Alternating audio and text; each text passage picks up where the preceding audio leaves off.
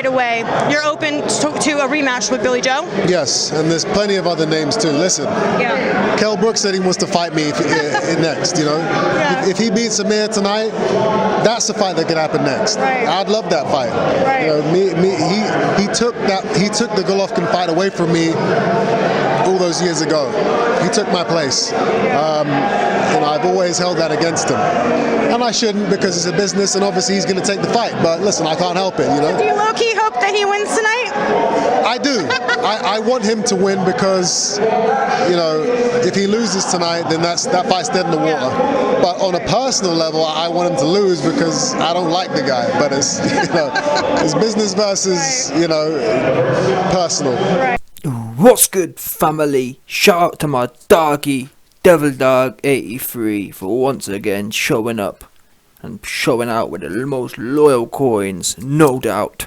So we just heard there from your mans, Chris Eubank Jr. Although I should be kinda nice to him since he's also #Team Lighty, but still, after that funny style performance against Liam Chiniums, I weren't impressed. Yeah. Doing all that dancing around and taunting, but not getting stuck in, scary ass. Roy Jones wannabe knockoff looking ass. Yeah, but listen. You heard there, Chris Eubank Jr. calling out Kell Brook for a fight, I assume at 160. Now, in fact, let me address this first, because Chris sound like a female right now. Oh, you know, I'm holding it against Kell. He took my food. He took my Triple G work. Chris, you're delusional. Let's call a spade a spade. Eddie Hearn exposed you. Do you think Eddie Hearn didn't want to make the 160 Chris Eubank versus Triple G spot? Get serious. Kell Brook stepped in because you were playing diva. Because you didn't want to get your wig pushed back by a prime Triple G. And to be fair, I'm not even sure you want to fight him now. Oops. Yeah? I haven't heard of Ben Chalong sending no offers to Triple G spot. Oops. Yeah? You're just woofing. Oh, I've always held it against Kell. Kell, half your size went in there and handled the work you weren't prepared to do. Bottom line. Yeah? And what we know, yeah, at the time, I don't remember all this talk about, oh, I held it against Kell. Where was all this protesting at the time? No word of a lie. I remember when you ducked the Triple G fight, you didn't make no sound. You weren't complaining, you weren't protesting. Eddie Hearn came out and said, listen, Chris Eubank a diva. And Kell Brook stepped in at late notice because you'd played around so much. It was supposed to be for you. And again, we didn't hear a peep out of you because you knew you flapped the fight. Never once did we hear until now that you was upset about not having that fight. I think you think because you just beat Liam Chiniums, we've all got dementia and we've all forgot how things went. You didn't want no parts of Triple G. That's a fact. Yeah? And if you did, guess what? It's been 5 years since, and you ain't made no sounds. Oops. You understand? Bottom line. How many times have you heard Chris Eubank sending offers to Triple G? Never. Yeah, so you're just woofing. Kell went in there and did what you didn't dare to do. Kell's a proper decent Donny. You love to fight random Euro bums, random British bums, and then just hang around the place. I don't know what you're doing. Apart from fighting bums, truth be known. You're having British level fights 10, 15 years into your career. It's wild. Anyway. You heard there from Chris, he calling out Kell now. And again, this is a similar theme to Chris Eubank. Oh, I want to fight Kell. I'm holding it against him. He fought Triple G. Why don't you fight the man actually in your weight? AKA Triple G. I'm honestly baffled. We know Triple G has a deal with DAZN. I guess you're not with Eddie Hearn, but either way, the bottom line is, man, I don't get why you're calling out 147 or 154 pounders. It's weird to me. It really is weird. Now again, I think Kell going up weight makes a lot of sense to 154. Bearing in mind he looked pretty decent tonight at 149, I think an extra £5 is his real weight, 154. Now, is there any real fighters at 154? We don't know.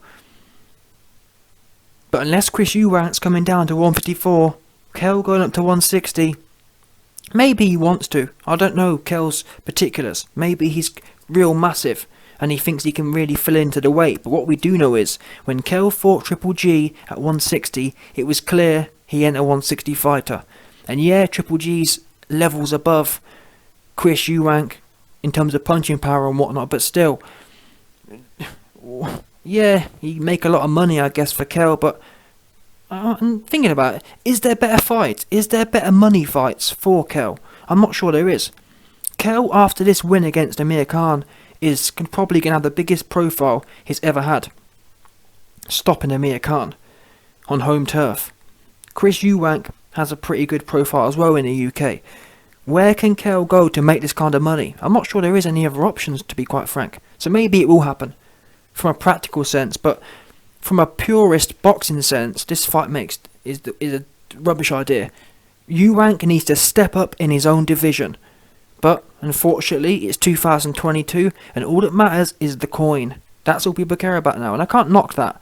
And after Kell went in there and delivered against Khan, I expect him to make some coin. But my beef really is to do with this funny style cat wannabe knockoff looking us. It's people like Chris Eubank who give Team Lighty a bad name. Yeah, just woofing sounding. Not going in there and really demonstrating. Why are you always looking down? I never get that. You say you're the best, but we don't ever see you shooting up. I want to see Chris. For example, why is Chris not trying to make belt moves? You've never seen Chris Eubank go for an actual belt, have you? I.e., try and become mandatory. You've never seen that. All he does is hang around at British level and trying to pick on welterweights who have got big names. It's super weird, super suspect as well, honestly. Especially when you're supposed to be real hard.